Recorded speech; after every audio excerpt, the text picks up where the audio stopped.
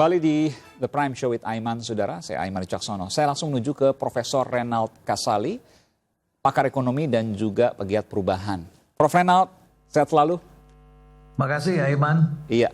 Prof, ini anggota DPR bingung. Tadi saya wawancara, anggota DPR bingung. Semuanya. Lalu kemudian ICW juga masih meraba-raba.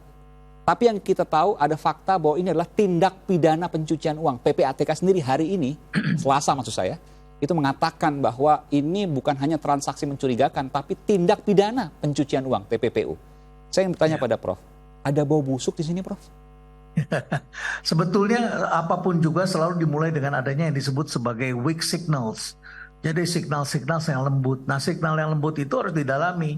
Ketika terjadi hal-hal yang sekarang menjadi agenda publik itu muncul, kasusnya Mario Dendi. Nah, disitulah kasus ini kemudian menjadi besar. Jadi apakah ada bau busuk atau tidak? Pasti ada sesuatu yang kurang sehat. Pasti ada itu. Apakah angkanya 100%, apa 150% akan beredar lagi, akan keluar lagi satu persatu? Ya, ini kan agenda publik. Publik ini kan jauh lebih cerdas dalam mendeteksi, melakukan patroli, satu persatu terungkap nanti. Nah, jadi memang betul bahwa ada hal-hal. Nah, bisa juga angkanya barangkali tidak sebesar itu. Tapi ini kan kalau kita lihat begitu ya, bagaimana seorang pejabat bisa memberikan istrinya mobil Mercedes begitu kan ya, luar biasa sekali. Itu biaya perawatannya kan juga besar, tidak cukup. Ini yang di Kemenseknek ya, Prof ya? Ya, Kemenseknek. Kemudian ada lagi yang gaji 13 juta katanya. Ya, itu macam-macam, itu banyak sekali dan publik pasti terus akan mempertanyakan karena saat ini memang publik tengah mempunyai kehidupan yang lebih tertata sehingga pajaknya juga dikejar. Nah, publik ingin membayar pajak dan baik, tapi pembayar pajak yang baik itu tahu haknya. Dan sebagai warga negara yang taat pajak pasti akan minta pertanggungjawaban, minta melihat. Jadi bukan kampanye untuk tidak bayar pajak, tetapi adalah karena memang minta haknya. Karena kalau pajaknya ditagih semakin besar, ya tentu haknya juga akan semakin besar. Ya, inilah yang harusnya ditelusuri oleh teman-teman di masing-masing kementerian. Prof, saya ingin kupas. Tadi Prof mengatakan weak signal, sinyal lemah atau sinyal deh. Menurut Prof, sinyal di sini di mana sih, Prof? Yang mana? Ya, sinyalnya adalah ada data, ada surat-surat yang sudah pernah dikirimkan yang katanya belum direspons. Kalau selama ini barangkali tidak direspons karena terlalu lembut signalnya bagi Irjen barangkali ya, atau pihak yang terkait yang kemudian ditembuskan. Karena seperti biasa suatu lembaga itu ada tradisi, ada proses, dan mereka saling kenal satu sama lain. Nah, signal itu terlalu lembut. Nah, menjadi lebih keras ketika kemudian diangkat ke publik. Sesuai dengan saran dari Transparansi Internasional, pemberantasan korupsi itu memang harus mendapatkan dukungan publik. Begitu. Jadi itu yang disarankan oleh Transparansi Internasional. Saya ingin mengupas dari timeline nih, Prof. Dari urutan kejadian. Pertama, Pak Mahfud mengatakan bahwa ada transaksi mencurigakan yang merupakan TPPU di Kementerian Keuangan. Itu pertama kali. Lalu kemudian langkah keduanya PPATK bersama dengan Inspektorat Jenderal Kementerian Keuangan mengatakan bahwa itu bukan TPPU. Tapi jumlahnya sekian, 300 triliun rupiah. Lalu kemudian sedang dilakukan proses intinya turun lah anti klimaks lah. Lalu kemudian Pak Mahfud mulai nge-tweet lagi bahwa ini bukan korupsi tapi tindak pidana pencucian uang, dinaikin lagi sama Pak Mahfud. Sampai akhirnya hari Selasa pekan ini kita mendengar ada PPATK dipanggil DPR dan firm mengatakan bahwa itu TPPU yang sebelumnya oleh Irjen Inspektorat Jenderal Kementerian Keuangan mengatakan bukan TPPU. Ini kan di internal negara sendiri juga membingungkan apalagi masyarakat. Tapi kita tahu bahwa ada tindak pidana ratusan triliun di sana. Bagaimana membaca ini semua, Prof? Ya, itu selalu terjadi, pasti selalu terjadi. Ada pihak yang selalu defense, ada pihak yang selalu muter, begitu ya. Jadi penegak hukum itu tidak boleh lengah dan tidak boleh terlena oleh jargon-jargon komunikasi. Jargon komunikasi itu bisa saja mengatakan tidak ada, sebenarnya tidak begitu, diputar begitu ya, bisa terjadi. Karena mereka melihatnya ketika terjadi hal seperti ini itu serangan terhadap personal. Terhadap Ibu Menteri, terhadap kementerian. Jangan dilihat seperti itu, saran saya komunikasinya. Komunikasinya harus sejalan dengan agenda masyarakat, yaitu pemberantasan korupsi. Bahkan harusnya kementerian itu meminta agar Irjen parkir dulu sementara. Parkir dulu sementara agar diisi oleh orang yang yang paham mengenai digital forensik, big data. Maksudnya begitu parkir ya. gimana, Prof? Bagaimana? Maksudnya parkir gimana? Bisa Ya dijelaskan? parkir sementara. Jadi Irjen barangkali jangan terlibat dulu karena selama ini kan Irjen belum berhasil atau belum merespons. Barangkali bisa diisi oleh pihak lain karena Irjen itu kemampuannya adalah administratif gitu loh. Tapi kan bisa memeriksa juga, Prof. Ini pernyataan menarik dari Prof. Renald Kasali. Jadi dalam kasus ini Irjen Kementerian Keuangan yang biasanya memeriksa internal Kementerian Keuangan parkir dulu deh. Saran saya sih begitu. Jadi berikan pada Ibu Menteri kan sudah mengangkat tuh siapa Pak yang dulu pernah di KPK itu Komwasjak, Komisi Pengawasan Pajak. Jadi Pak Amin Sunaryadi. Supaya agendanya sejalan dengan publik, bukan komunikasi jadi membingungkan. Jadi jangan fokus kepada serangan pada kementerian, tapi fokuslah kepada pemberantasan korupsi. Karena ini agenda kita bersama, karena kalau korupsi itu akan mengganggu pertumbuhan ekonomi. Korupsi itu akan menghambat investasi. Jadi kita sejalan saja seharusnya begitu. Nah, kita cari bersama tikusnya di mana. Kalau seperti ini kan yang untung tikus-tikusnya, dia sembunyi dihapus sejak lebih jauh begitu. Dan Prof yakin bahwa di sini dalam transaksi ini, TPPU ini 300 triliun rupiah lebih, 349 yang terbaru, itu ada tikus-tikusnya. Kalau kita melihat kasus yang sekarang terjadi dari RAF begitu ya, kemudian juga sekarang muncul satu persatu gaya hidup seperti ini, itu kan sudah sangat jelas bahwa ada sesuatu yang tidak beres dan mari kita perangi bersama. Ada tikus-tikusnya yang mesti diperangi bersama. Oke, ini pernyataan menarik. Saya coba untuk menampilkan apa yang kemudian dibahas antara PPATK dengan DPR sedikit saja yang telah dilakukan pada hari Selasa pekan ini. Berikut kami akan tampilkan, saudara. Polhukam itu menyampaikan bahwa nilai transaksi 349 bla bla bla, sekarang berubah-ubah naiknya angka-angkanya lagi ya. Pada perkembangan kemarin, Pak Menko menyampaikan bahwa ini bukan korupsi, tapi ini adalah data TPPU, kata beliau. Namun Pak Irjen Kemenko menyampaikan bahwa ini bukan korupsi dan juga bukan TPPU. Cakep kan tuh? Ya, sesama para pejabat ngomongnya. Ya. Yang kemudian menjadi pertanyaan adalah sebenarnya transaksi apa sih Pak Ivan? Ya, transaksi apa? Angka sekian ratus triliun ini jenis kelaminnya apa? Ini jenis kelaminnya. Keyakinan kami bahwa informasi hasil analisis dan hasil pemeriksaan itu adalah informasi yang mengandung tindak pidana pencucian uang berdasarkan hasil analisis PPATK.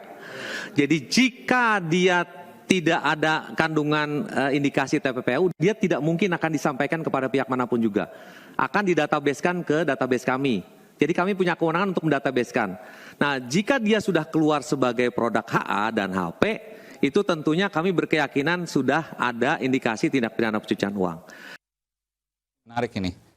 Awalnya disebutkan sebagai TPPU, lalu oleh Inspektorat Jenderal Kementerian Keuangan bukan TPPU, sekarang dibuka lagi TPPU. Tadi ada pernyataan menarik dari Prof. Renald Kasali yang menyatakan bahwa udah deh Irjen Kementerian Keuangan parkir dulu. Artinya nggak usah kerja dulu. Padahal kita tahu nih Prof, saya akan nanyakan ke Mbak Almas. Kan Kementerian Keuangan juga penyidik juga. Ya, aparat penegak hukum juga. Dia punya PPNS, penyidik pegawai negeri sipil, di bawah Inspektorat Jenderal Kementerian Keuangan. Kalau nanti parkir, artinya semua ini akan diambil alih oleh pihak luar. Anda setuju dengan itu? Pertama begini, tugas PPATK itu salah satunya adalah mendeteksi apakah ada transaksi mencurigakan atau tidak. Ketika kemudian PPATK menemukan ada transaksi mencurigakan dan di dalamnya misalnya ada indikasi tindak pidana pencucian uang, dia akan melanjutkan atau melaporkan temuan tersebut kepada penyidik, kepada APH misalnya. Sebetulnya ini yang penting disorot tidak hanya Kementerian Keuangan tetapi juga aparat penegak hukum seperti misalnya PPATK atau aparat penegak hukum yang lain begitu ya. Dan menurut Undang-Undang Tindak Pidana Pencucian Uang nomor 8 tahun 2010, Kementerian Keuangan itu adalah penyidik tindak pidana asal juga begitu ya.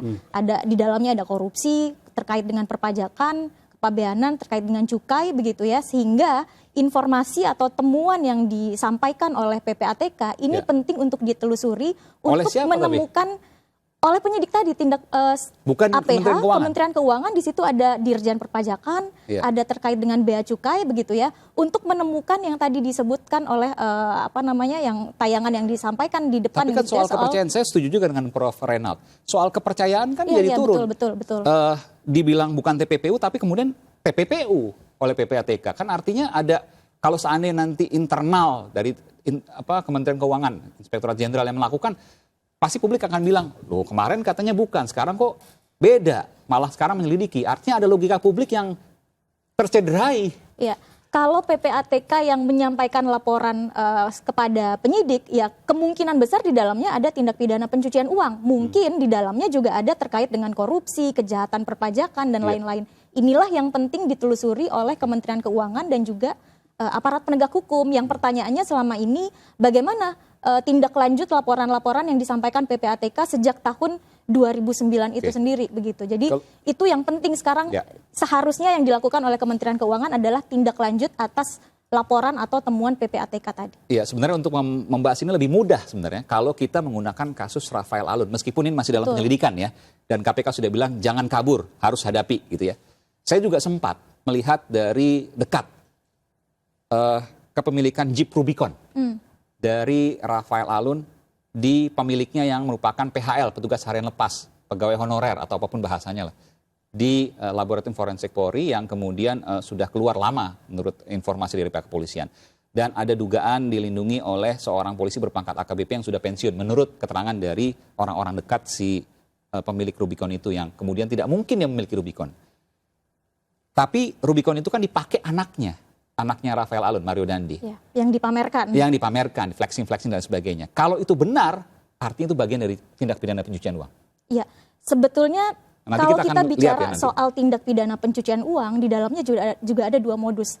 Satu menyembunyikan, yang kedua menyamarkan. Ini termasuk menyamarkan? Menyembunyikan itu misalnya ya tadi ya diatasnamakan orang lain. Atau misalnya menyamarkan uang dicuci dulu seolah-olah ini uangnya halal begitu ya.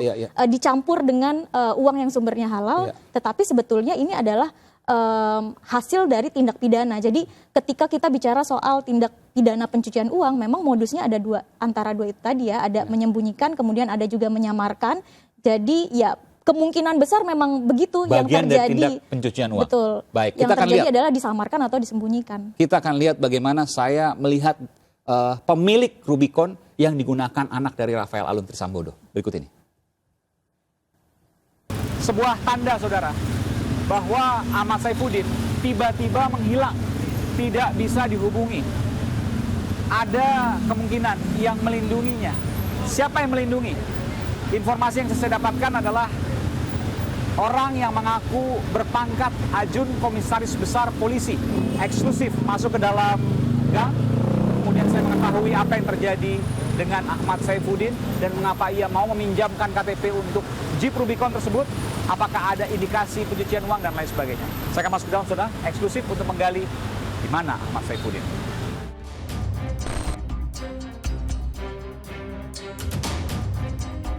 Jalan yang cukup sempit, saudara.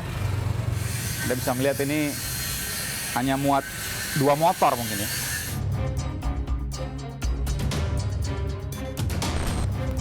Saya tadi coba ke depan, saudara, tidak ada tempat satupun untuk memarkir mobil. Jadi kalau punya Rubicon di sini rasanya juga sulit. Atas namanya adalah Ahmad Saifuddin, pemilik Rubicon, tinggalnya di jalan gang ini dan tidak ada parkir di sini. Bahkan di depan pun tidak ada.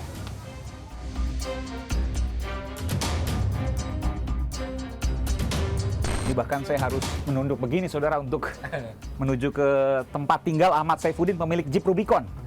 Ini luar biasa nih. Pendek sekali nih. Oke. Iya. Ini gimana cara masuk ya, Pak? Ada Rubicon di sini nanti. Itulah Rubicon gaib kali. Rubicon gaib. Rubicon gaib kata Pak RT. Rubicon gaib. Iya. Jadi nggak pernah ngeliat, Pak? Lihat sama sekali belum. Belum. Nah, saya mendengar kabar dari berita aja saya langsung terkejut kan. Masa iya warga saya memiliki 1 unit Rubicon yang harganya sangat fantastis kan? Yang nonsen lah buat 1,7 miliar barunya itu. Kurang lebih seperti itu ya kan.